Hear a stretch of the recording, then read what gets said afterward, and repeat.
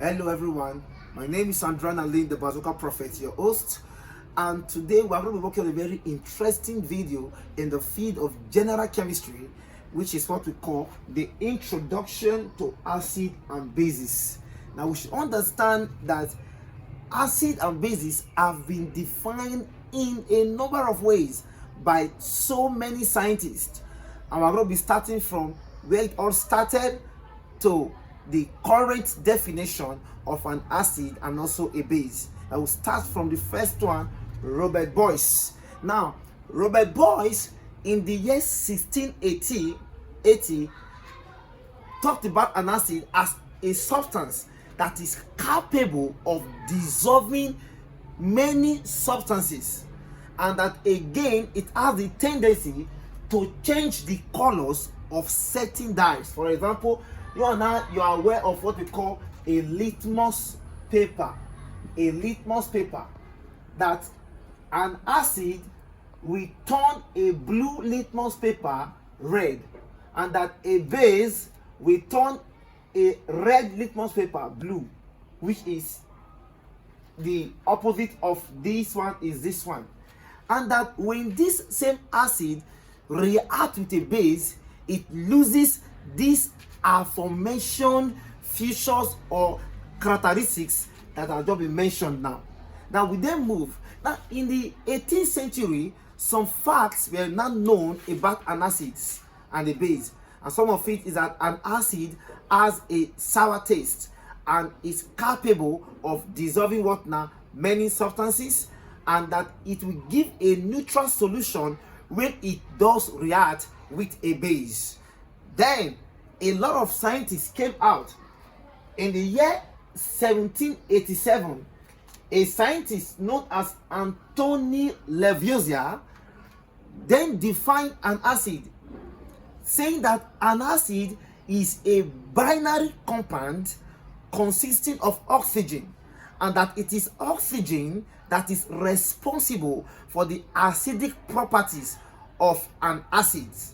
But this definition did not go well, or this hypothesis put forward by Anthony Lavoisier did not go well with Humphrey Davy. In the year 1811, he proposed and said that HCl, which is an acid, has no oxygen, but yet an acid.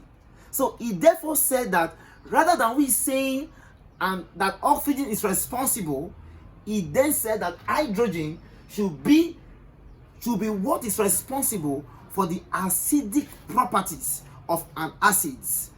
And in the year 1814, Gay-Lussac came forward to propose his own and gave his own definition of an acid, that an acid, when it dissolves or when it reacts with a base, it will give what now a neutral solution. And we should understand that the definition of Davy and Gay-Lussac is what provided the foundation for our concept of acid and base in what now, in aqueous what solution, in aqueous solution. That is where these three definitions are of great importance to us. Now, in the year 1884, a man called Van Arrhenius defined an acid as a substance which, when dissolved in water, would produce hydrogen ion, or hydrozonium ion, while a base is a substance which will produce hydroxide ion in solution. You see now? So it means that an acid should possess hydrogen ion or hydrozonium ion, while a base should possess hydroxide ion. We then move to that of the Johannes Bronsted and Thomas Loring. They define their own acid and base in terms of protons. And according to Bronsted-Loring, that an acid should donate a proton, meaning an acid are proton donor, while a base is what now? Is they accept what now? Proton. An acid donates proton, a base accept proton. Meaning the definition of Johannes Bronsted and Thomas Lowry in the year 1932 is in terms of proton. It's in terms of proton. An acid donates proton, a base accept proton. Now, last of the definition was the one given by Gilbert Newton Lewis. This Gilbert Newton Lewis definition of an acid has been accepted because of its wide range of what it encompasses. It defines an acid and a base in terms of electron transfer or electron pair acceptor. Now, an acid, according to Gilbert Newton Lewis, is an electron pair acceptor. That's EPA.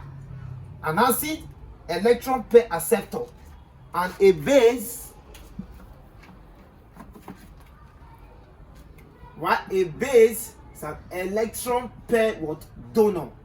Do not forget, an acid, electron pair acceptor, base, electron pair donor. It means that an acid and a base, they are defined one with another. And at this point, we'll move straightway to another concept again. For now, God bless you.